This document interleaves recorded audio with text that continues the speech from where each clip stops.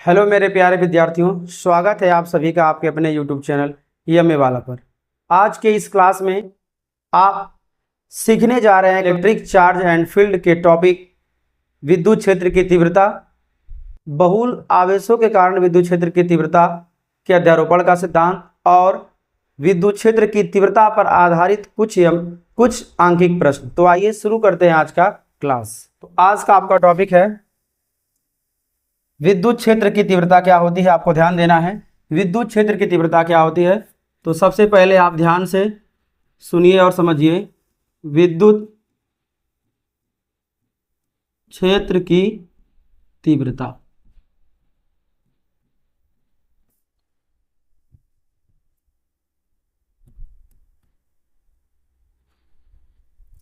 जैसा कि मैंने आपको प्रीवियस क्लास में विद्युत क्षेत्र के बारे में बताया, विद्युत क्षेत्र क्या है। विद्युत क्षेत्र किसी आवेश के चारों ओर का वह क्षेत्र है जिसमें कोई दूसरा आवेशित वस्तु आकर्षित या प्रतिकर्षित होती है। ठीक है। और विद्युत बल रेखा क्या होता है, विद्युत क्षेत्र में स्थित किसी धनावेश के मार्ग को ही हम क्या बोलते हैं, विद्युत बल रेखा कहते हैं या विद्युत क्षेत्र रेखा कहते हैं। अर्थात विद्युत बल क्षेत्र रेखा वह रेखा होती है जो विद्युत क्षेत्र की दिशा का अविरत प्रदर्शन करती है। ये सभी टॉपिक आपने पिछले क्लास में सीखा है। तो आज हम बात करते हैं विद्युत क्षेत्र की तीव्रता के बारे में। तो सबसे पहले समझते हैं विद्युत क्षेत्र की तीव्रता क्या होती है। आपको थोड़ा ध्यान से देखना है और समझना है आगे।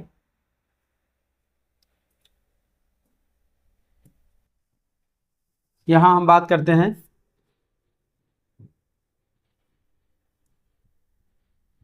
विद्युत क्षेत्र की तीव्रता। विद्युत क्षेत्र की तीव्रता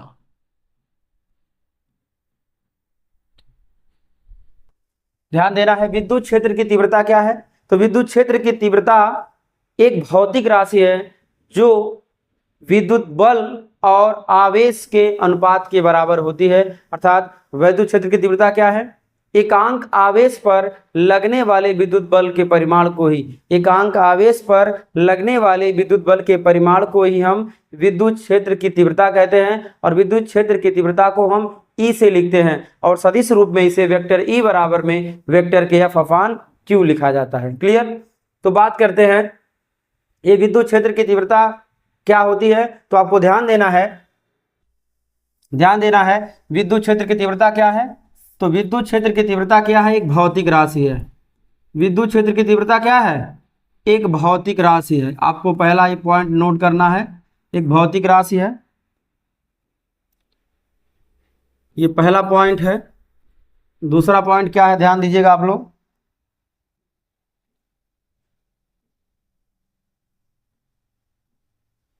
ये भौतिक राशि है और कैसी राशि है, ये है सदिश राशि।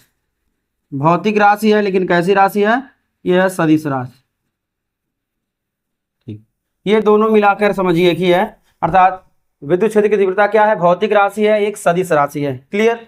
अब बात करते हैं कि इसका सूत्र क्या है। तो आपको ध्यान देना है, इसका सूत्र क्या है, इसका सूत्र समझना है क्या होता है, तब इसके बारे में और आगे चलते हैं। देखिए इसका सूत्र क्या होता है, इसका सूत्र होता है E बराबर में होता है F/Q। इसका सूत्र क्या होता है, E बराबर में F/Q होता है। आपको ध्यान रखना है। और इसका एक फार्मूला और होता है, यहाँ पर ध्यान दीजिएगा।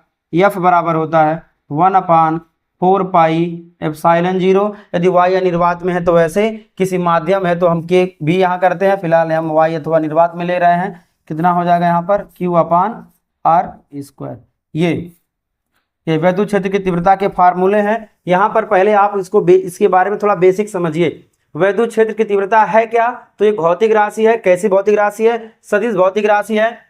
आइए हम बात करते हैं विद्युत क्षेत्र की तीव्रता का। अब हम बात करेंगे विद्युत, या लिखिए या तो हम कह सकते हैं वैद्युत। ध्यान दीजिएगा, विद्युत लिखिए या आप लिखिए वैद्युत, दोनों बात एक है। विद्युत या वैद्युत क्षेत्र की तीव्रता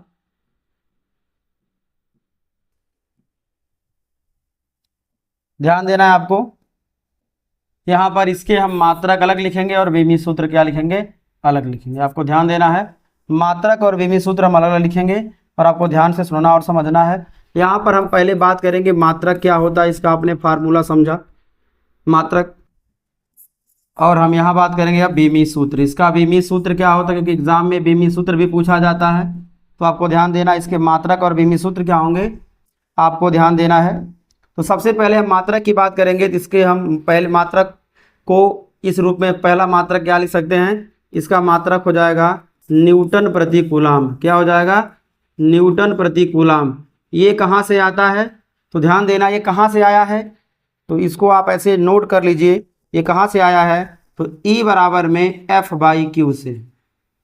जो मात्रक आया है ये कहाँ से आया है, E बराबर में F/Q से ये मान आया है। क्लियर। दूसरा हम बात करते हैं, यहाँ पर दूसरा क्या होगा, तो ध्यान देना है, इसका दूसरा मात्रक है वोल्ट प्रति मीटर। दूसरा मात्रक क्या है, ये है वोल्ट प्रति मीटर। इसको आपको नोट करना है, ये कहाँ से आया है, तो ध्यान देना है यहाँ पर E बराबर में V/, D होता है, यहाँ पर E बराबर होता है V/D। ठीक है, इसी से आया है, E बराबर में V/D से। V विभव होता है, D क्या होता है, प्लेटों के बीच की दूरी। जैसे यहाँ पर यदि ऐसे दो प्लेट हो, इनके बीच विभव V हो और इनके बीच की दूरी कितनी हो, D हो, तब इनके बीच विद्युत क्षेत्र कितना होगा, अगर प्लस है और ये क्या है माइनस आवेश है प्लेटों पर, तो इनके बीच विद्युत क्षेत्र कितना होगा, और विद्युत क्षेत्र की तीव्रता कितनी होगी, V/D होगी। तो इस प्रकार दोनों मात्रा कहाँ से आए हैं, इन फार्मूलों से आए हैं। अब बात करते हैं बीमी सूत्र क्या होगा, तो आप सभी को ध्यान देना है, ये जब बीमी सूत्र लिखेंगे तो इसको देखिए ऐसे लिखते हैं। जब बीमी सूत्र लिखेंगे तो देखिए कैसे लिखते हैं, आपको ध्यान से सुनना और समझना है। यहाँ पर ऐसे हम कर देंगे, ऐसे बड़े कोष्ठक जब हम ई को कर देंगे ना, इसका मतलब क्या हुआ है, ई का बीमी सूत्र। इसका मतलब क्या हुआ, ई का बीमी सूत्र बराबर क्या हो जाएगा, ध्यान देना है, ये हो जाएगा F/Q का बीमी सूत्र। अर्थात यहाँ पर ऐसे लिख लेंगे। मतलब क्या हुआ, इसका मतलब समझते हैं। देखिए, या तो आप इसको हिंदी में लिखिए और या इसको ऐसे ही रूप में लिख लीजिए। इसका मतलब जानते हैं क्या हुआ, इसका मतलब हुआ है F की बीमा, F की बीमा का F की बीमी सूत्र, F की बीमी सूत्र और बटे किसका हो जाएगा, Q का बीमी सूत्र, वही हो जाएगा। अब आपको ध्यान देना है, ऐसे बड़े कोष्ठक में कर लेंगे, इसको नहीं लिखे यही कर सकते हैं। अब आपको ध्यान देना है,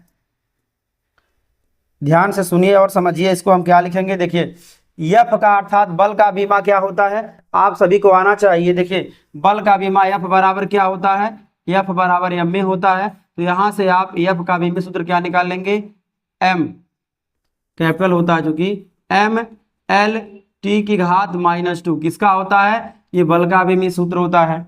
और यहीं पर Q का होता है, ध्यान देना है, तो Q का कितना होता है, Q का होता है AT। ठीक है ना, Q बराबर IT होता है, तो I के लिए A और समय के लिए T हो जाता है। ठीक है, तो इस प्रकार इन दोनों के मान को यहाँ पुट करेंगे, कितना हो जाएगा, mL/T की घात -2 बटे कितना हो जाएगा, यहाँ हो जाएगा AT। ठीक है, इसको थोड़ा हम कैलकुलेट करते हैं, ध्यान देना कितना हो जाएगा, ये mL तो पहले हम उतार देंगे ऐसे mL। ठीक है, T ऊपर जाएगा, कितना हो जाएगा, T की घात हो जाएगा -3, ये ऊपर जाएगा हो जाएगा A इनवर्स। इस प्रकार यहाँ पे क्या मिला, इस प्रकार यहाँ पे आपको मिल गया है वैद्युत क्षेत्र E की तीव्रता, वैद्युत क्षेत्र की तीव्रता E का बीमी सूत्र यहाँ पर क्या है आपके सामने है। ठीक है, तो इस प्रकार आपने समझा विद्युत क्षेत्र या वैद्युत क्षेत्र की तीव्रता का मात्रक क्या होता है, किस सूत्र से हुआ हमने बताया, बीमी सूत्र क्या होता है यहाँ पे आपके सामने है। और यहाँ पर हमने यहाँ पे क्या बताया, यहाँ पर हमने आपको एडवांस में बताया कि कहाँ से आया है। ठीक है ना, ये हमने यहाँ पे एक्स्ट्रा बताया, क्लास 11 में आप इसको सीखे होंगे। क्लियर, तो आइए अब बढ़ते हैं डिफिनीशन की ओर। देखिए मैंने पहले डिफिनीशन नहीं बताया, इसका रीजन ये है कि जो वैद्युत क्षेत्र की तीव्रता का डिफिनीशन है ये फार्मूले से ही इसको डिफाइन किया गया है। क्लियर, अब आइए समझते हैं वैद्युत क्षेत्र की तीव्रता का परिभाषा क्या होता है। ठीक है, ई की परिभाषा, ई की परिभाषा मतलब समझते हैं वैद्युत क्षेत्र की तीव्रता की परिभाषा ये क्या होती है, तो ध्यान देना है, इसको हम पहले ओरल बताते हैं, मौखिक। इसको समझिए क्या होता है, एकांक वैद्युत आवेश पर, एकांक वैद्युत आवेश पर लगने वाले विद्युत बल के परिमाण को ही हम वैद्युत क्षेत्र की तीव्रता कहते हैं। तो आपको यहां पर ध्यान देना है, सूत्र E बराबर हम क्या लिखवाएं अभी, F/Q होता है। यदि Q बराबर कितना हो जाए, Q बराबर हो जाए 1 कूलाम, तो इसलिए ध्यान देना है E बराबर कितना हो जाएगा, E हो जाएगा F। क्लियर। तो इस प्रकार यहाँ हम कह सकते हैं, डिफाइन कर सकते हैं, यहाँ पर डिफाइन इसको इस रूप में करेंगे, इसका एक डिफिनीशन हम और बताएंगे। तो आपको ध्यान देना है, यहाँ लिखेंगे आता है वैद्युत क्षेत्र में, आता है वैद्युत क्षेत्र में किसी बिंदु पर स्थित, वैद्युत क्षेत्र में किसी बिंदु पर स्थित, किसी बिंदु पर स्थित, किसी बिंदु पर स्थित एकांक आवेश पर, एकांक आवेश पर, एकांक आवेश पर लगने वाले, एकांक आवेश पर लगने वाले विद्युत बल, विद्युत बल के परिमाण को, विद्युत बल के परिमाण को विद्युत क्षेत्र की तीव्रता कहते हैं। क्या बोलेंगे, विद्युत क्षेत्र की तीव्रता कहते हैं, तीव्रता कहते हैं।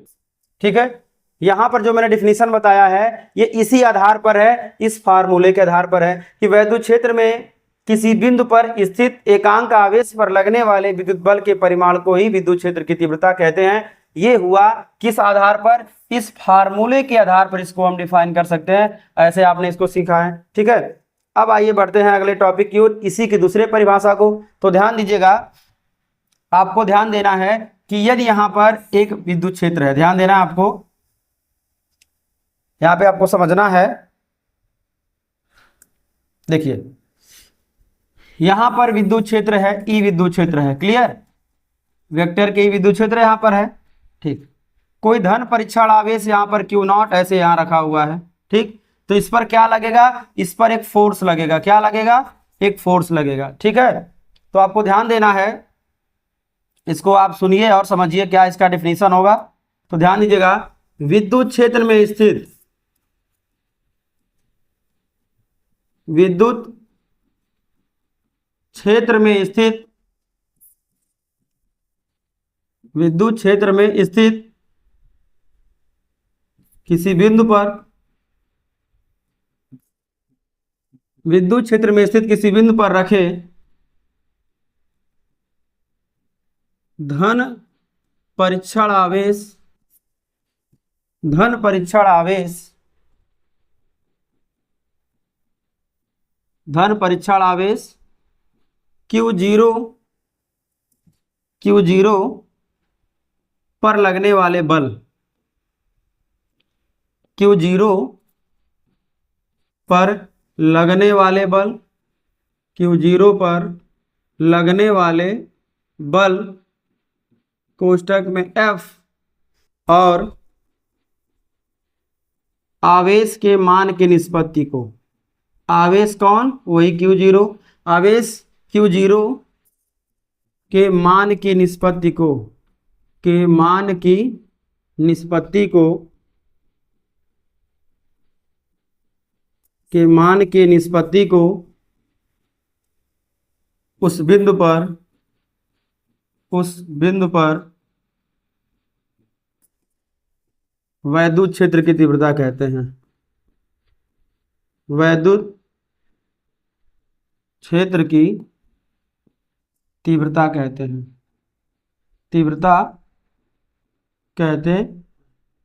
क्लियर, अर्थात यदि कोई धन परीक्षण आवेश है, Q0 Q0 है, वैद्युत क्षेत्र E में रखा गया है, तो E के कारण Q0 पर एक बल लगेगा।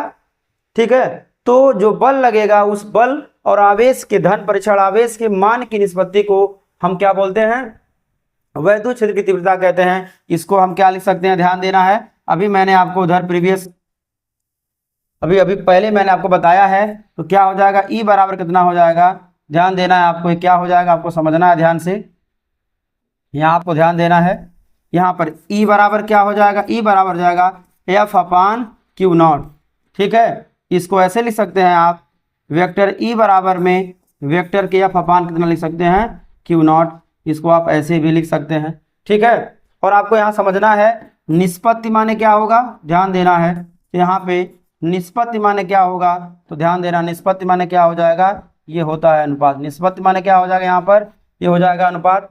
अब हम बात कर लेते हैं कि धन परीक्षण आवेश क्या होता है। तो धन परीक्षण आवेश एक कल्पित आवेश होता है, इस पर इसका कोई खुद का वैद्युत क्षेत्र नहीं होता है। धन परीक्षण आवेश क्या है, एक कल्पित आवेश होता है, इसका कोई अपना खुद का वैद्युत क्षेत्र नहीं होता है, बस ये जो है फार्मूला डेरिवेट करने के लिए ही होता है। क्लियर, तो आपने यहाँ पर समझा है। अब आपको ध्यान देना है यहाँ पर, अब आपको ध्यान देना है कि ई वैद्युत क्षेत्र के कारण बल भी लगता है। आपको यहाँ समझना है, ध्यान देना है, वैद्युत क्षेत्र के कारण, यहाँ समझना है आपको, वैद्युत क्षेत्र के कारण, वैद्युत क्षेत्र के कारण बल, वैद्युत क्षेत्र के कारण बल। ध्यान देना है, यदि कोई कण, कोई आवेशित कण, ठीक, किसी वैद्युत क्षेत्र ई में रखी है तो उस पर एक बल कार्यरत होगा, और वो बल बराबर क्या होगा, देखिएगा, ई बराबर में एफ अपान क्यू से, ई बराबर में एफ अपान क्यू से हम निकाल सकते हैं किसी कण पर कार्यरत बल कितना होगा। तो एफ कितना हो जाएगा, ये हो जाएगा ई क्यू। एफ बराबर कितना हो जाएगा, ये हो जाएगा ई क्यू। आप इसको याद रखना है, ठीक है।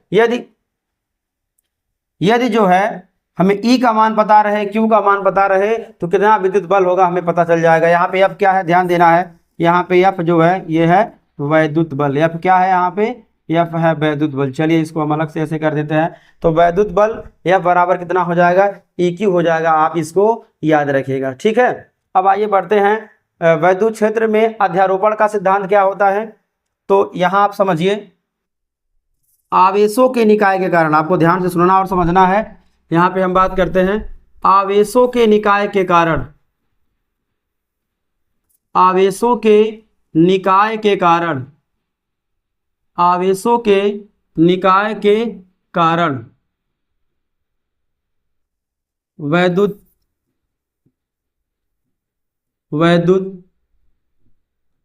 क्षेत्र की तीव्रता।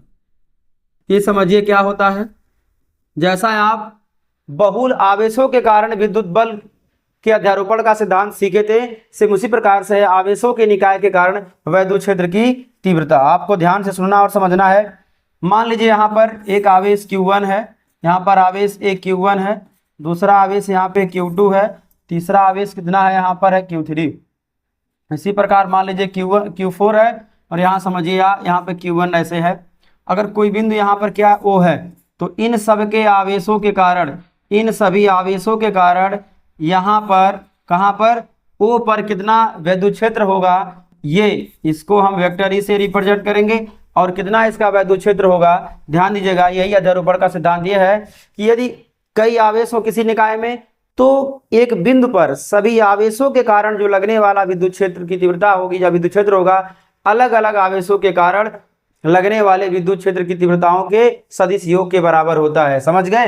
कहने का अर्थ यह है कि यदि Q1 Q2 Q3 Q4 ये सब आवेश हैं, तो इन सभी आवेशों के कारण बिंदु O पर लगने वाला जो कुल वैद्युत क्षेत्र होगा कितना होगा, वेक्टर E बराबर में वेक्टर के E1 प्लस, वेक्टर के E2 प्लस, वेक्टर के E3 प्लस, वेक्टर के क्या हो जाएगा E4। यदि उसमें कितने आवेश हो, यदि उसमें n आवेश हो तो वेक्टर के En हो जाएगा। यही क्या है, यही वैद्युत क्षेत्र के अध्यारोपण का सिद्धांत। अर्थात अगर कई आवेश हो तो सभी आवेशों के कारण किसी एक बिंदु पर लगने वाला जो वैद्युत क्षेत्र की तीव्रता होगी, जो कुल वैद्युत क्षेत्र होगा, अलग अलग आवेशों के कारण अलग अलग वैद्युत क्षेत्र की तीव्रताओं के सदिश योग के बराबर होता है। ठीक है, इसको आप चाहें तो दूसरे रूप में लिख सकते हैं, ऐसे इसको लिख सकते हैं, वेक्टर ई बराबर में, ध्यान दीजिएगा, 1/4 पाई एप्सिलॉन 0 सब में रहेगा, और यहाँ पर Q1 अपान इन सबकी दूरी कुछ होगी ना, इसकी दूरी समझिए R1 है, ये R2 है,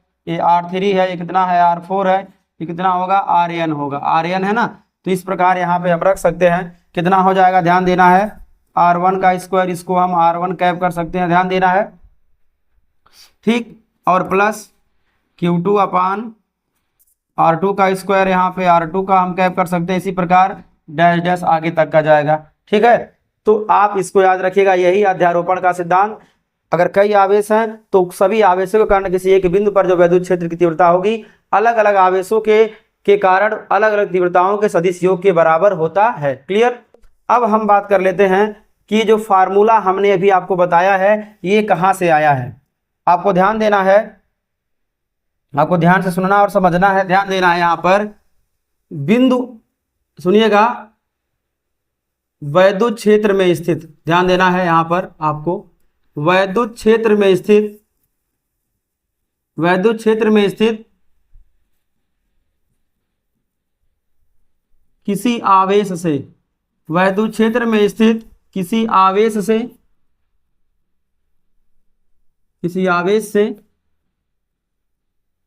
r दूरी पर, किसी आवेश से r दूरी पर स्थित, r दूरी पर स्थित बिंदु पर, बिंदु पर वैद्युत क्षेत्र की तीव्रता, वैद्युत क्षेत्र की तीव्रता।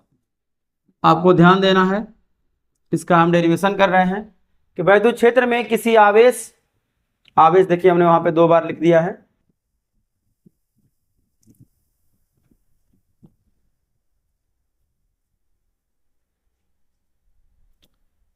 चलिए इसको हम फिर से रिपीट कर देते हैं, आप लोग ध्यान दीजिएगा।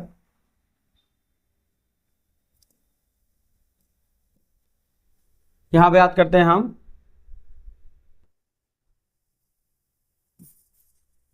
Q आवेश से,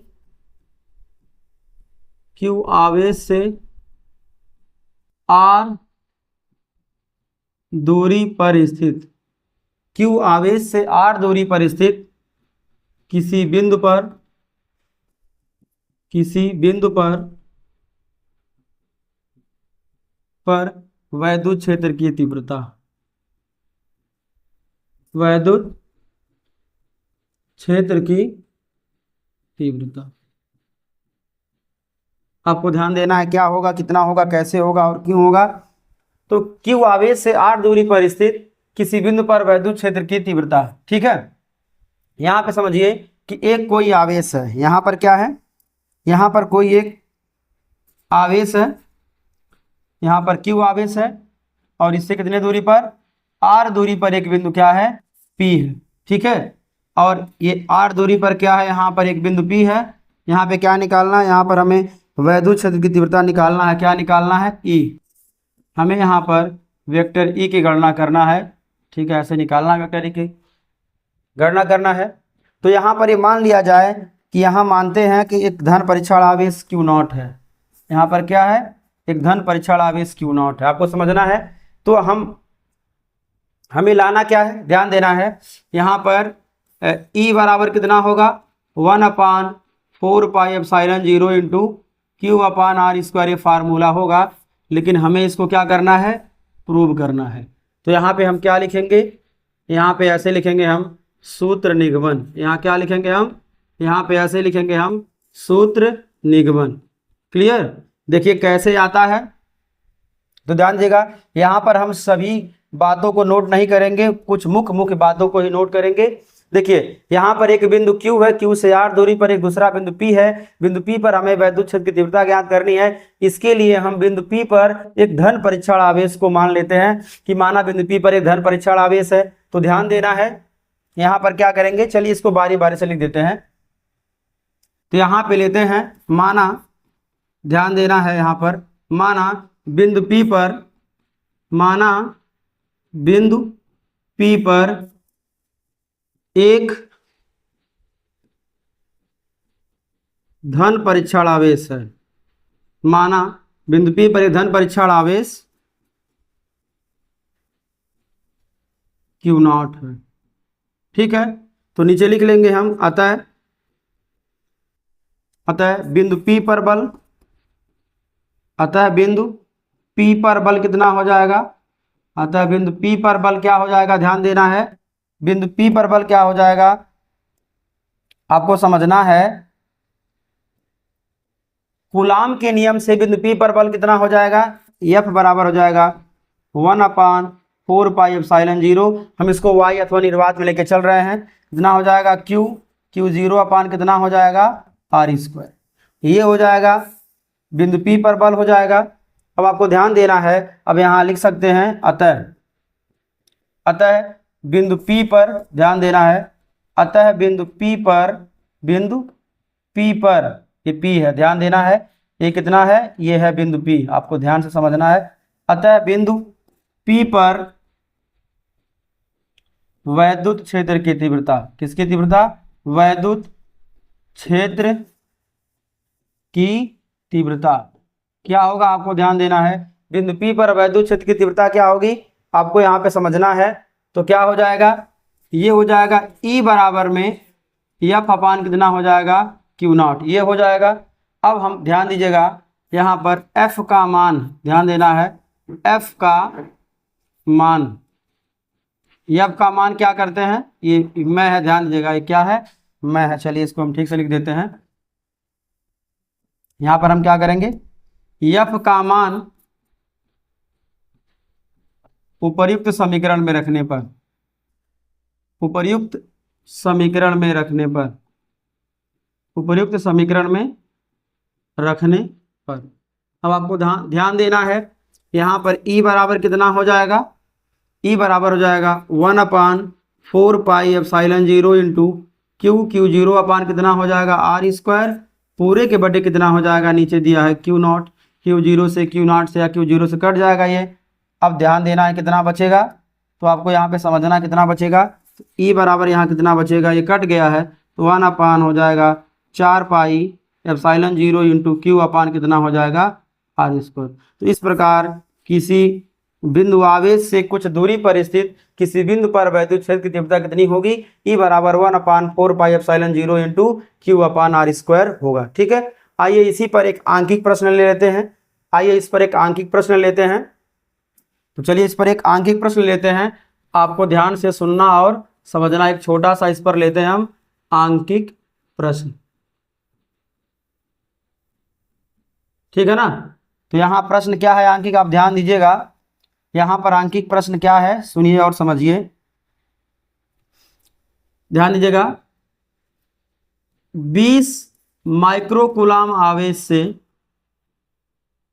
20 माइक्रोकूलाम आवेश से 1 मीटर की दूरी पर, 20 माइक्रोकूलाम आवेश से 1 मीटर की दूरी पर स्थित, 1 मीटर की दूरी पर स्थित, 1 मीटर की दूरी पर स्थित बिंदु पर वैद्युत क्षेत्र की तीव्रता, वैद्युत क्षेत्र की तीव्रता क्या होगी, वैद्युत क्षेत्र की तीव्रता क्या होगी।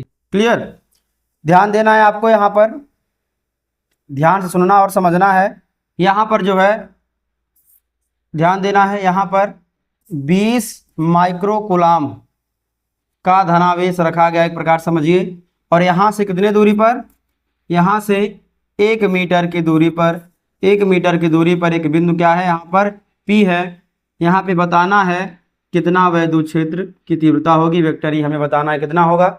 अब आपको ध्यान से आप सुनिए और समझिए और जानिए ये कितना होगा। क्लियर, तो सबसे पहले क्या लिखा जाएगा, इसको हम यहाँ पे लिखेंगे ऐसे हल, सबसे पहले यहाँ पे लिखेंगे हल और उसके बाद हम धीरे धीरे बढ़ेंगे आगे। ठीक है, अब आपको ध्यान से सुनना और समझना है।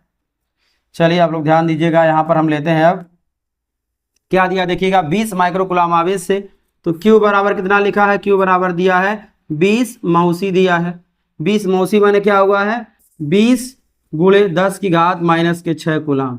माइक्रोकूलाम का मतलब क्या होता है, 10 की घात माइनस 6 कूलाम हो जाएगा।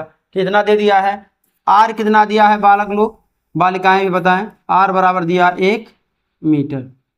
1 मीटर यदि आप इसको ऐसे ना लिख पाते हैं तो आप इसको चलिए इस रूप में लिख लीजिए, मैथमेटिकल रूप में लिख लीजिए, हमने हिंदी में लिख दिया है 1 मीटर। क्लियर, और आपको पता है 1/4πε0 का मान कितना होता है, 9.0 गुणे 10 की घात 9, ध्यान दीजिएगा, न्यूटन मीटर स्क्वायर प्रति कूलाम स्क्वायर होता है, आप इसको याद रखिएगा। तो नीचे लिखेंगे हम, इसीलिए ध्यान देना है, E बराबर में 1/4πε0 इंटू Q/r² से।